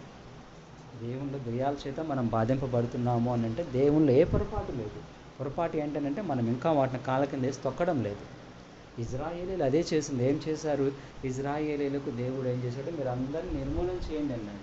లేకుంటే వాళ్ళు మీకు కంట్లో పొగలాగా, పక్కలో వాళ్ళు శూలాల్లాగా, ముళ్ళుల్లాగా మీకు ఉంటారని చెప్తాడు, మొత్తుకుంటాడు. చాలాసార్లు దేవుడు చెప్తాడు. వాళ్ళు ఏం చేస్తున్నారు? వాళ్ళు నలిపోయలేకపోయారు. చివరికి ఏమైపోయినారు? వాళ్ళే రైజ్ అయిపోయి న్యాయాధిపతుల బృందం అంతా అదే, వాళ్ళే ఎక్కువైపోతారు. ఎక్కువ న్యాయాధిపతులు ఫిలిష్తీయులు అంటే వాళ్ళు ఎక్కువైపోయి వీళ్ళు నాన్ చేసి, ఎందుకు వాళ్ళని నన్ను నిర్మూలన చేసింటే అది జరిగిండేది కాదు. దేవుని మాటను వాళ్ళు పెడచెవిని పెట్టారు వాళ్ళు. అందుకు మనం ఏం చేయాలంటే ఎప్పటికప్పుడు మనం ప్రభువునందు మనం బలవంతులు అయినప్పుడు ఏ శత్రువైన సైతాను కానీ ఏది మనల్ని ఏమీ చేయలేదు. పర్టికులర్లీ భాషల వరం అనేది మనకు దెయ్యాల మీద పోరాడడానికి చాలా బలంగా మనకు పనిచేస్తుంది, చాలా ఎఫెక్టివ్గా పనిచేస్తుంది, ఈజీగా కనెక్ట్ అవుతుంది, చాలా ఈజీగా. ప్రభు నా మీద దయ్యాలు దాడి చేస్తున్నాయి ప్రభా, ఇలాగే చేతులైతే నా మీద దయ్యాలు దాడి చేస్తున్న ప్రభా, నాకు సహాయం చేయండి అని చెప్పి వెంటనే టంగ్స్లోకి ఎంటర్ అయిపోయి, ఎప్పుడైతే టంగ్స్లోకి ఎంటర్ అయిపోతాయో దేవుడికి కోపం వస్తుంది. ఎందుకు కోపం వస్తుందని అంటే తన బిడ్డల మీదకి దయ్యాలు దాడి చేయడానికి దేవుడు అనుమతించడు, అంగీకరించడు, దేవుడు ఒప్పుకోడు, ఎంత మాత్రం ఒప్పుకోడు. వాటి నుంచి సంపూర్తిగా విడుదల పొందడము దేవుని యొక్క చిత్తమై ఉంటుంది. మీరు ఇతరులకు విడుదల ఇచ్చే వారై ఉండాలి. ఇతరులకు విడుదల ఇచ్చే, అది దేవుని యొక్క చిత్తం, అది దేవుని యొక్క ప్రణాళిక అయింది. కాబట్టి ఒకరోజు ప్రార్థన అందరికి చేశాడంట, 500 మందికి. అంత దయ్యాలు వెళ్ళిపోయి అన్ని ప్రార్థన అంతా అయిపోయింది. ఇంటికి వెళ్ళిపోయినాడు. ఇంటికి వెళ్ళిపోయి ప్రార్థనకి వెళ్ళిపోయినప్పుడు బాగా అలిసిపోయినాడు. 2-3 అయింది. స్నానం చేసుకుని అలాగే పండుకున్నాడు. స్నానం చేసుకుని అలాగే పండుకుంటానే ఏమైపోయినాయంటే 500 మందికి ఉన్న దయ్యాలు అన్నీ కట్టుకుని 500 దయ్యాలు వచ్చినాయంట. ఆయన నిద్రపోనీలా. అమ్మన ఆయనకు అర్థం కాలే, ప్రభా ఏంటి ప్రభా ఇది, ఏంటి ప్రభా ఇది, నేనేం పాపం చేసినాను, ఎందుకు ఈ దయ్యాలు వచ్చినాయని అనుకుంటా దేవుని మీద విసుక్కుంటా ఉన్నాడంట. అప్పుడు దేవుని ఆత్మ, నువ్వు అక్కడ వాళ్ళకి ప్రార్థన చేసి వచ్చావు కదా, నువ్వు ప్రార్థన చేసుకున్నావా మళ్ళా అని అడిగాడు. ప్రార్థన పరిచయం ముగించిన తర్వాత కాసేపు అయినా కూడా ప్రార్థన అనేది చేసుకోవాలి. ప్రార్థన చేసుకోకుండా అంటే ఆ దయ్యాల ప్రభావము వాళ్ళ మీదకు వస్తుంది. ఇప్పుడు దీని అంతటికి సంబంధించి అది ఆయనకు తెలియలే. అప్పుడు మంచి సేవకుడే, ఆ కీ పాయింట్ అనేది ఆయనకి తెలియలే. ఆయనను వదిలిపెట్టండి. మాట్లాడుతూ ఆ వాక్యంలో ఒకసారి చెప్పింది. చాలా ఏళ్ళప్పుడు నేను విన్నా, నేను ప్రార్థన చేసుకొని అంతా ముగించుకొని నేను వచ్చి పండుకున్నప్పుడు నా దగ్గరికి దయ్యాలు వస్తాయని అంటున్నాను. దగ్గరికి ఎవరికైతే నేను ప్రార్థన చేస్తానో ఆ దయ్యాలు నా దగ్గరికి వస్తాయి. తిరిగి నేను ప్రార్థనలో వాటిని ముందు బలంగా ఉండి వాటిని వెళ్ళగొట్టుకుంటాను, లేకుంటే అవి దాడి చేస్తాయి. వాళ్ళు ఎంత సేవకులైనా కూడా అవి తిరిగి వాళ్ళ మీదకు దాడి చేస్తాయి. అయితే వాళ్ళకు ప్రొటెక్షన్ ఏంటి, అప్పుడు వాళ్ళ కాపుదల ఏంటి అని అంటే భాషల వల్ల. భాషలతో వాళ్ళు ఎప్పుడైతే ప్రార్థన చేసుకుంటారో ఈజీగా కనెక్ట్ అవుతుంది. మామూలుగా ప్రార్థన చేసుకుంటే మామూలు ప్రార్థన, యుక్తముగా ప్రార్థన చేయడం ఎలాగో వాళ్ళకి తెలియదునండి.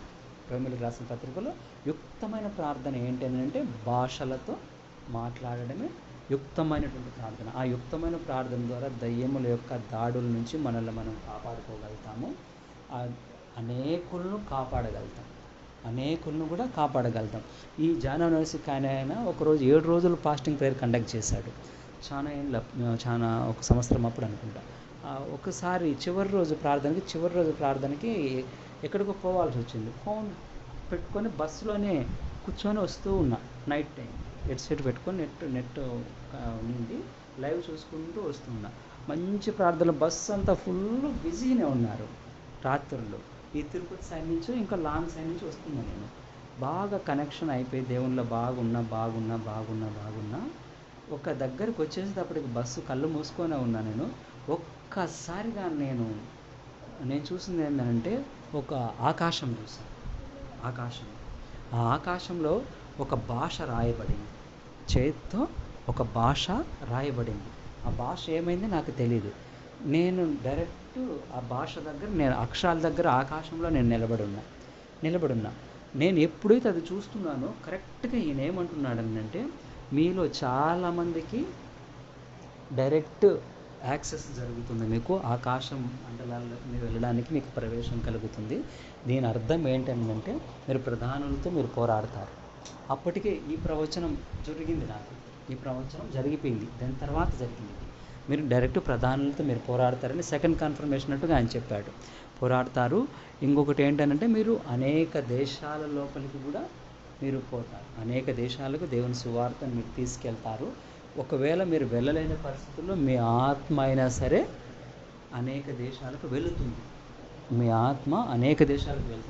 ఆయన నాకు చెప్పిన తర్వాత నాకు చాలా ఆశ్చర్యం ఏంటంటే, తెల్లవారుజామున అప్పుడు మీరు చేసుకున్నట్లుగానే 3 గంటలకు ప్రార్థన చేసుకొని 4-5 వరకు ప్రార్థన చేసుకొని పండుకునేది.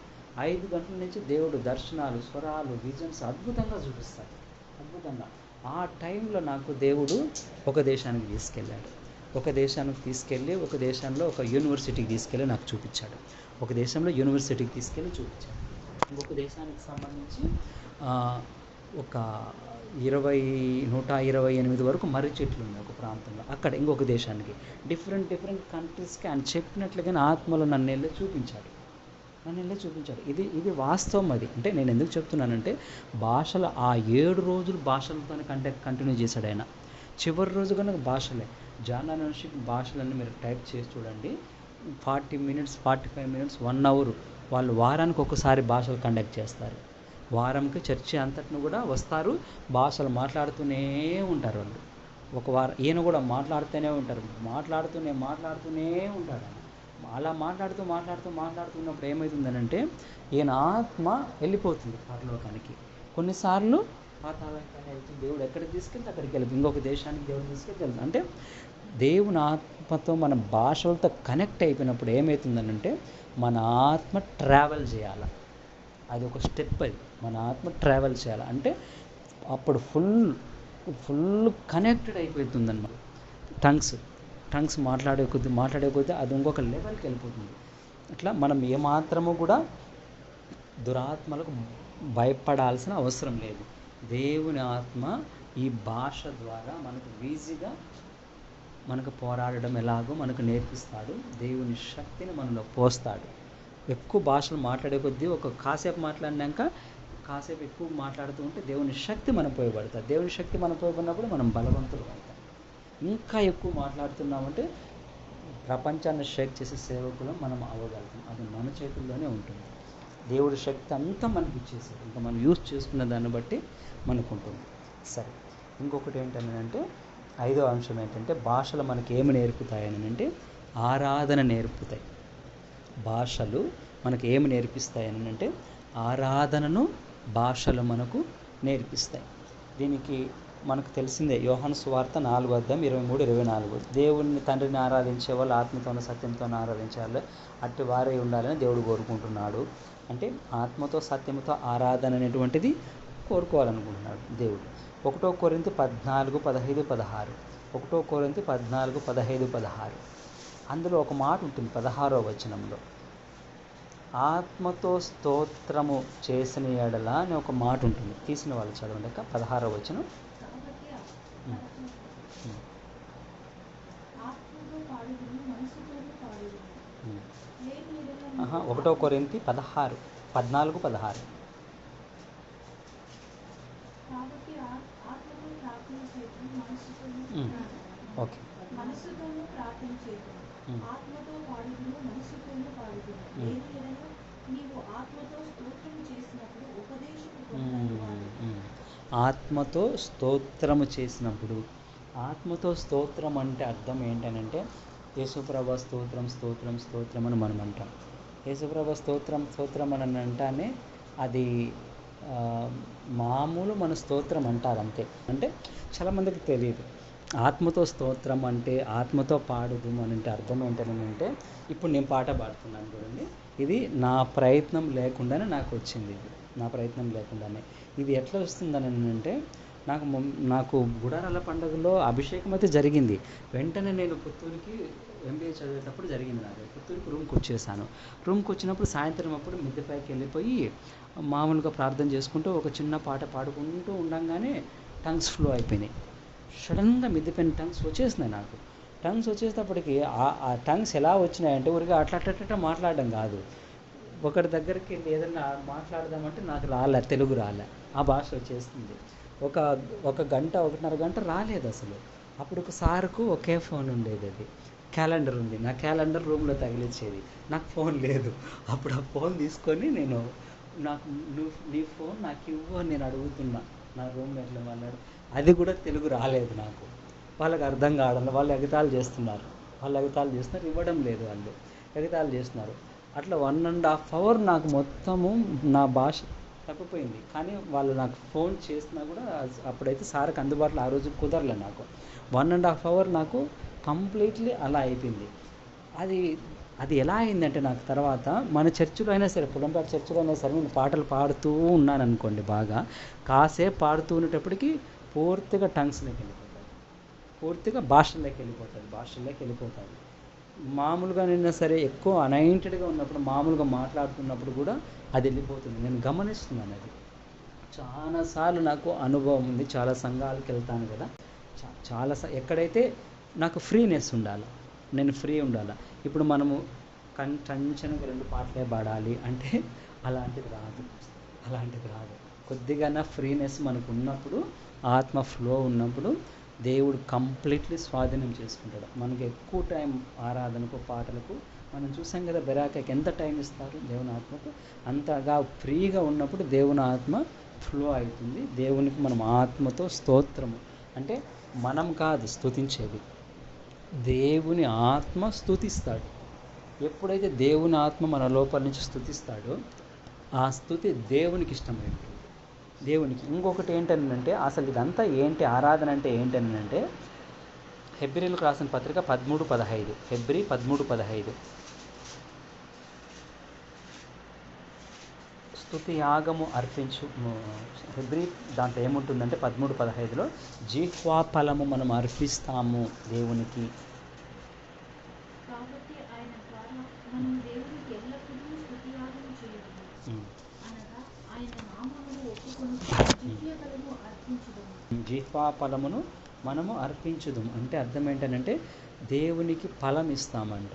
స్తుతియాగం అర్పించేవాడు నన్ను గణపరుస్తున్నాడు. కీర్తనలో 50:23 ఉంటుంది, చదవద్దులేండి. 50:23 స్తుతియాగం అంటే అర్థం అంటే, దేవునికి అర్పణలు, యాగాలు మనం అర్పించినప్పుడు అది దేవుని తీసుకుంటాడు. దేవుడికి ఆహారం లాంటిది అది, దేవునికి అన్నం లాంటిది అది. మనం దేవుణ్ణి స్తుతించినప్పుడు అది ఆహారం అయిపోతుంది స్పిరిచువల్ ప్రపంచంలో. అది ఎందుకంటే నేను కాదు, జిహ్వాఫలం అర్పించేవాడని క్లియర్గా రాయబడింది, స్తుతియాగం అర్పించేవాడని క్లియర్గా రాయబడింది. మనం ఏదైతే దేవుణ్ణి ఆత్మతో స్తుతిస్తామో దేవుడికి అమితమైన ఇష్టమైపోతుంది. అన్నిటికన్నా కూడా ఆత్మతో ఆరాధన దేవునికి ఎంతో ఇష్టమైనది వెంటనే దేవుడు దిగి వస్తాడు, వెంటనే దేవుడి సన్నిధి రిలీజ్ అయ్యి వెంటనే కార్యాలు చేస్తాడు. 2-3 పాటలు అయినా సరే దేవుని స్తుతిస్తారు, బాగా దేవుణ్ణి ఆరాధిస్తారు. దేవుని తర్వాత కార్యాలు రిలీజ్ అవుతాయి. స్తుతించకుండా కార్యాలు రిలీజ్ కొంతవరకు అవుతాయి, కానీ ఒక పద్ధతి ఏంటంటే దేవుని స్తుతించాలి. దేవుని స్తుతించినప్పుడు ఆటోమేటిక్గా దేవుని కార్యాలు ఎవరికెవరికి ఏం బాగలేదో అవి వెంటనే సెట్ అయిపోతాయి. వెంటనే మనం ఏం అడగాల్సిన అవసరం కూడా లేదు. నాకు పర్సనల్గా సంబంధించి నాకు ఎప్పుడన్నా బాగలేనప్పుడు కానీ ఏదైనా కూడా నాకు బాగా చేయని దేవుని నేను అడగను, నేను పాట పాడుకుంటాను. నేను ఎప్పుడైతే పాటలు పాడుకుంటూ ఉంటానో దేవుని సన్నిధి రిలీజ్ అవుతుంది. ఎక్కడైతే బాగలేకుండా ఉంటుందో ఒక్క దెబ్బ టకానేస్తుంది. నేను అనుకుంటా అది దేవుని దూత అనుకుంటాను, నిలబడి ఒక ఖడ్గంతో టపాను కొట్టాడు, ఒక్కసారిగా నొప్పి ఎగిరిపోతుంది. అట్లా కొట్టినప్పుడు ఆ ఖడ్గం ఎంత పొడుగు ఉంటుందో నాకు తెలుస్తుంది. ఆ ఖడ్గము ఎంత పొడుగు ఉంటుందో నాకు అర్థమవుతుంది. ఆ సెన్స్ అనేది నాకు ఆపరేట్ అవుతుంది. నేను కొన్నిసార్లు చూడగలుగుతాను, కొన్నిసార్లు క్లియర్గా ఎంత డిస్టెన్స్లో ఉంది ఏం జరుగుతుందో కూడా నేను చూడగలుగుతాను. అంటే నేను పాట పాడినప్పుడు ఎక్కువ కనెక్ట్ అయినప్పుడు దేవుని ఆత్మతో స్తోత్రం చేసినప్పుడు ఇది జరుగుతుంది. ఆత్మస్తోత్రం అనే దేవుని ఆత్మ మనకు నేర్పించేటువంటి ఒక అంశమై ఉంటుంది. ఇంకొక అంశం చెప్తాను ఏంటంటే 6వ అంశం ఏంటంటే ఉన్నత స్థాయికి దేవుని ఆత్మ మనల్ని తీసుకెళ్తాడు. భాషల వరకు ఉన్నత స్థాయికి దేవుని ఆత్మ మనల్ని తీసుకెళ్తుంది. ఉన్నత స్థాయికి తీసుకెళ్తాడంటే అర్థం ఏంటంటే దానియేలు గ్రంథంలో మనకు ఉంటుంది, బెల్షస్సాజరు పాత్రల్లో సారాయి పోసుకొని తాగుతూ ఉన్నప్పుడు దేవుని హస్తం వచ్చి గోడ మీద ఒక రాత రాస్తుంది. మెనే టేకెల్ ఉఫార్సుల్ అనేటువంటి ఒక చేతి రాతను రాస్తాడు. చేతి రాతను రాసినప్పుడు దాన్ని చదవగలిగిన వాళ్ళు ఎవరు ఉండరు, అర్థం చెప్పగలిగే వాళ్ళు ఎవరు ఉండరు. ఇప్పుడు దానియేలు ఒకటే అర్థం చెప్పగలుగుతాడు. ఇప్పుడు నా ప్రశ్న ఏంటంటే దానియేలు స్నేహితులు కూడా ఉన్నారు కదా దేవుని బిడ్డలు, వాళ్ళు ఎందుకు చెప్పలేకపోతారు? వాళ్ళు చెప్పలేకపోతారు. దానియేలు ఒక్కడే చెప్పగలుగుతాడు. మిగిలిన స్నేహితులు దేవుని బిడ్డలు ఇంకా ఉన్నప్పటికీ కూడా వాళ్ళు ఎవరు కూడా చెప్పలేరు. అంటే అర్థం ఏంటి అని అంటే దీని అర్థం ఏంటి అని అంటే దానియేలు ఉన్నతమైన స్థితికి చేరినాడు. భాషలను చదువుతాడు, భాషలకు అర్థం చెప్తాడు, భాషలు మాట్లాడతాడు ఆయన. దానికి అర్థం మెనే టేకులు పార్సల్ అంటే ఆయన భాషలు చదవగలుగుతాడు, అనువాదము చేయగలుగుతాడు, అన్నీ చెప్పగలుగుతాడు. ఇది మిగిలిన 3 స్నేహితులు చెప్పలేకపోయినారు, ఈయన ఒక్కడే చెప్పగలిగాడు. ఎందుకు చెప్పగలుగుతాడు అని అంటే ఆయన ఉన్నతమైనటువంటి స్థితి ఆయనది, ఉన్నతమైనటువంటి స్థితి. ఒక్కసారి ఆ రాయబడిన దానికి చదివి దానికి అర్థం ఎప్పుడైతే చెప్తాడో ఒక్కసారిగా బబులోను సామ్రాజ్యం కూలిపోతుంది. సామ్రాజ్యము నెబుకద్నెజరు కొడుకు బెల్షస్సాజరు ఆ రాత్రి ఆ అధ్యాయంలో ఏముంటుందనంటే 5వ అధ్యాయం దానియేలు గ్రంథం 5వ అధ్యాయంలో ఆ రాత్రి అనంట పారసీకులు వచ్చి బబులోనులను బెల్షస్సాజర్ని చంపేస్తారంట. తెల్లారేసరికి పారసీక సామ్రాజ్యం స్టార్ట్ అయిందంటే ఎప్పుడైతే భాషను చదివి అర్థం చెప్తాడో ఒక సామ్రాజ్యం కూలిపోతుంది, ఇంకొక సామ్రాజ్యం స్థాపించబడుతుంది. ఇంకొక సామ్రాజ్యం ఎవరి ద్వారా ఇది జరిగింది? దానియేలు. స్టార్టింగ్ దేని ద్వారా వచ్చింది? భాషల ద్వారానే అది స్టార్ట్ అయింది. అంటే ఆ తర్వాత ఏం జరిగిందంటే దానియేలు పొజిషన్ మారిపోయింది, ఉన్నత స్థాయికి వెళ్ళిపోయినాడు. రాజు తర్వాత రాజు అంతటి వాడైపోయాడు. ఆయన నాకు షాకింగ్ కలిగించే విషయం ఏంటంటే సుమారు బబులోను రాజు నెబుకద్నెజరుకు ఆయనే ప్రధానమంత్రిగా ఉన్నాడు, బెల్షస్సాజరుకు ఆయనే ఉన్నాడు, మళ్ళీ కొరేషు రాజు దర్యావేషు వచ్చినప్పుడు ఆయనే ఉన్నాడు, మళ్ళీ ఇంకొక రాజు వచ్చినప్పుడు ఆయనే ఉన్నాడు. ఒక వాక్యం ఉంటుంది నాకు చాలా షాకింగ్ కలుగుతుంది, 9వ అధ్యాయంలో అనుకుంటా, అహష్వారేషు కొరేషు వరకు అంట. కొరేష్ ఎప్పుడుకి సంబంధించిన ఆయన? ఎజ్రా నెహెమ్యా కాలంలో మందిరం కట్టమని నెహెమ్యాకి ఇస్తాడు. అంటే ఇంతమంది రాజుల వరకు కూడా దానియేలు ఉన్నాడు. దానియేలు గ్రంథంలో ఉందా మాట, కొరేషు వరకు ఉన్నాడు. అంటే ఎన్ని సామ్రాజ్యాల వరకు ఆయన ఉన్నాడు అని అంటే నాకు షాక్ కలిగించింది. అంటే దాని అర్థం ఏంటంటే ఉన్నతమైన స్థాయికి దానియేలు వెళ్ళాడు, ఉన్నతమైనటువంటి స్థాయిలోనికి దానియేలు రీచ్ అయినాడు అనమాట. దీనికి ఇంకొకటి ఏంటంటే యేసు ప్రభు యేసు ప్రభువును మనం చూసినప్పుడు ఒక దర్శనం, ప్రకటన గ్రంథం 5వ అధ్యాయంలో ఒక దర్శనం ఉంటుంది. ఏం దర్శనం ఉంటుందనంటే తండ్రి అయిన దేవుడి సింహాసనం మీద కూర్చొని ఒక గ్రంథం ఉంటుంది. ఆ గ్రంథానికి ఏముంటుందనంటే 7 ముద్రలు ఉంటాయి. ఆ గ్రంథానికి వెలుపట లోపట రాయబడింది, ఈ భాషలలో రాయబడింది, వెలుపట లోపట రాయబడింది, 7 ముద్రలు రాయబడినాయి. అయితే దానిని విప్పుటకైనను దానిని చదువుటకైనను దాన్ని విప్పుటకైనను ఎవ్వరూ అర్హత లేదు, ఎవ్వరూ లేరనంటే అప్పుడు ఏడుస్తూ ఉంటాడు. భూలోకంలో పరలోకంలో ఎక్కడ ఎవరు లేరంటాడు. అప్పుడు ఏడవద్దు, అర్హత కలిగినటువంటి రక్తం ఇచ్చి విడిపించిన గొర్రెపిల్ల ఉంది అని చెప్తాడు. అప్పుడు యేసుప్రభు వచ్చి విడిపించడం అన్నీ చేస్తాడు. యేసుప్రభు ఎప్పుడైతే దాన్ని తీసుకొని ఒక ముద్ర విప్పుతాడో ఒక్కొక్కటి జరుగుతూ వస్తుంది. ప్రకటన ఉన్న వరకు 7వ ముద్ర వచ్చేటప్పటికి 7 బూరలు స్టార్ట్ అయిపోయి పరలోకం సైలెంట్ కూడా అంత ప్రకటన ఉన్న వాడికి ఎండ్ అయిపోతుంది. అసలు ట్విస్ట్ ఏంటంటే అసలు ఏం రాయబడింది దాంట్లో తెలియదు, ఎండ్ అయిపోయింది. ప్రకటన గ్రంథం ఎండ్ అయిపోయింది. దాంట్లో ఏం రాయబడిందో చదవగలిగి దాన్ని రివీల్ చేయగలిగిన వాళ్ళు యేసుప్రభు ఒక్కడే. అసలు లేదు, మళ్ళీ ఆడికి ఎండ్ అయిపోయింది. దాంట్లో ఏం రాయబడిందో లేదు అసలు అందులో. కానీ విషయం ఏంటంటే నేను అనుకుంటా ఏంటనంటే ఇంకా తర్వాత ప్రతి దానికి స్టార్టింగ్ ఏంటి, భాషలు. కొత్త నిబంధన కాలంలో అపోస్తల కాలం 2వ గ్రంథంలో ముందు భాషలు పేతురు మాట్లాడి వాక్యం తీసుకొని యేసుని గురించి ప్రకటించడం స్టార్ట్ అయింది. దానియేలు మెనేటేకులు అని రాసిన తర్వాత ఒక సామ్రాజ్యం కూలిపోయి ఇంకొక సామ్రాజ్యం వచ్చింది. అట్లా ప్రతి దానికి కూడా వచ్చింది. నేను అనుకుంటా ఈ భాషలు కూడా ఇక్కడ మాట్లాడి యేసు ప్రభు రాయబడినటువంటి భాషలో ఆ మాటలు ఆడిన తర్వాత ఒక కొత్త యుగం మళ్ళీ స్టార్ట్ అవుతుంది, ఒక కొత్తది స్టార్ట్ అవుతుంది అనే దానికి అర్థం. అది ఒక అర్థం అంటే ఒక ఉన్నతమైన స్థాయి. అప్పటికి యేసు ప్రభు స్థాయి కూడా ఒక మనిషిగా పుట్టి ఇప్పుడు ఆయన సమస్తము ఆయన కింద ఇంకా పాదాల కింద సబ్మిట్ చేయబడాల. శత్రువులను పాదాల ఉంచే వరకు నా దగ్గర ఉండమని అంటాడు. నీ పాదములు పీటగా శత్రువులు ఉంచేంతటి వరకు నా కుడి పార్శ్వన కూర్చోమని అంటారు. ఇంకా పూర్తిగా కాల. యేసు ప్రభువుకు కూడా ఒక ఉన్నతమైన స్థాయి రావాలి అని అంటే ఆ భాషలు అనేది కూడా వస్తుంది. మనం కూడా దానియేలు వలె, ఇర్మియా వలె, యేసు ప్రభు వలె ఉన్నతమైన స్థితికి మనం రాగలగాలి అంటే మనం భాషలను చదవగలగాలి, రాయగలగాలి, చేయగలగాలి. నాకు ఈ 1 వీక్ బ్యాక్ ఒక దర్శనం వచ్చింది. నార్త్ ఇండియాకి సంబంధించి ఒక వరుసలో కొంతమంది కూర్చొని ఉన్నారు జెంట్స్. వాళ్ళు మ్యూజిక్ ఇన్స్ట్రుమెంట్స్ పట్టుకున్నారు. ఇంకొక వరుసలో కూర్చోన్నారు, ముందుకు స్టెప్స్ అట్లా కూర్చొని ఉన్నారు. మ్యూజిక్ ఇన్స్ట్రుమెంట్స్ గిటారు, పిల్లన్ గ్రోవి అలాంటివి పట్టుకొని ఉన్నారు. వాళ్ళందరికీ హెడ్గా ఒక ఆమె ఉంది, ఒక ఆమె హెడ్గా ఉంది. నేను వెళ్ళాను. నేను ఎప్పుడైతే వెళ్ళానో ఆమె నన్ను చూసి చాలా సంతోషపడే వాళ్ళందరూ నా హ్యాండ్ అవుట్ చేసేసి ఆమె వెళ్ళిపోయింది.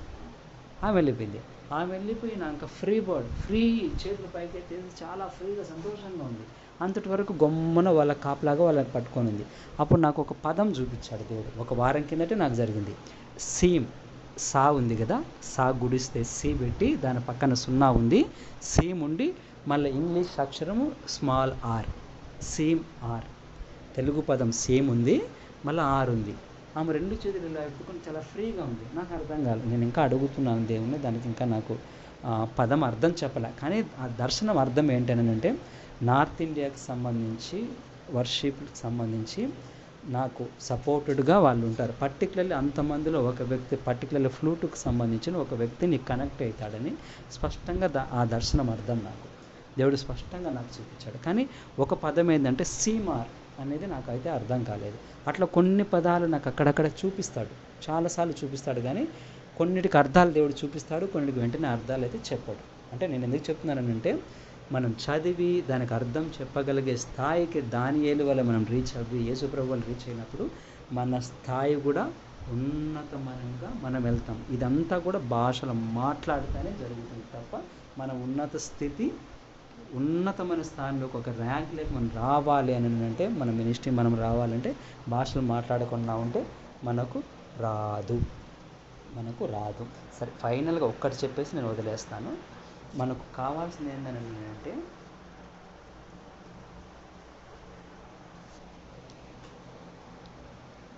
భాషలు ఉండి అభిషేకం లేకుండా ఉండడం అనేది ఇది అంశం కాదు, ఇది మామూలుగానే వస్తుంది.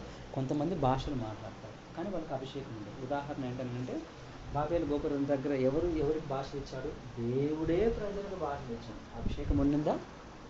లేదు, అభిషేకం లేదు. ఇప్పుడు మనకు కొరింథీ రాసిన పత్రికలో ఉంది. వాళ్ళు దేవదూతల భాషలతో మాట్లాడిన ప్రేమ లేని వాడైతే వ్యర్థుడే. వ్యర్థుడే అంటే అర్థం ఏంటి? ఆత్మ ఫలము కూడా ఉండాలి. భాషలతో మాట్లాడాలి, ఆత్మ ఫలము ఉండాలి, అభిషేకం ఉండాలి. ఉత్త భాషలు మనం మాట్లాడుకుంటూనే అసలైన కీ పాయింట్ని మనం మిస్ కాకూడదు అనేది మనం నేర్చుకోవాల్సినటువంటి వారమై ఉన్నాము. ఇంకొకటి ఏంటంటే నానావిధ భాషలు అనేటువంటిది 1 కొరింథీ 12:10 ఉంటుంది.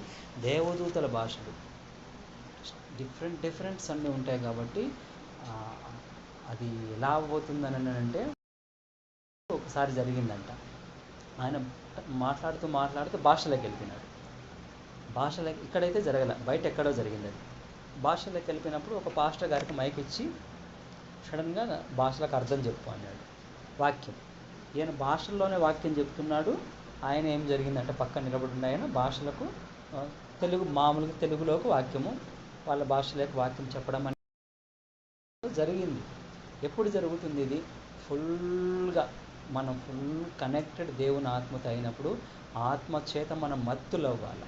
ఆత్మచేత ఎప్పుడైతే మీరు మద్యం చేత మత్తులై ఉండక దేవుని ఆత్మచేత మీరు మత్తులై ఉండని రాయబడింది పౌలు ఒక పత్రిక. ఎప్పుడైతే ఆత్మ స్వాధీనంలోకి మనం వెళ్ళిపోతామో అప్పుడు ఇలాంటి కార్యాలు ఇవన్నీ కూడా జరుగుతాయి. కాబట్టి మనం దేవుని ఆత్మ కనెక్టెడ్గా ఉన్నాము, దేవుల్లో ఉన్నామనడానికి గుర్తు ఏంటంటే భాషలో మనం మాట్లాడాల్సిన వారమే.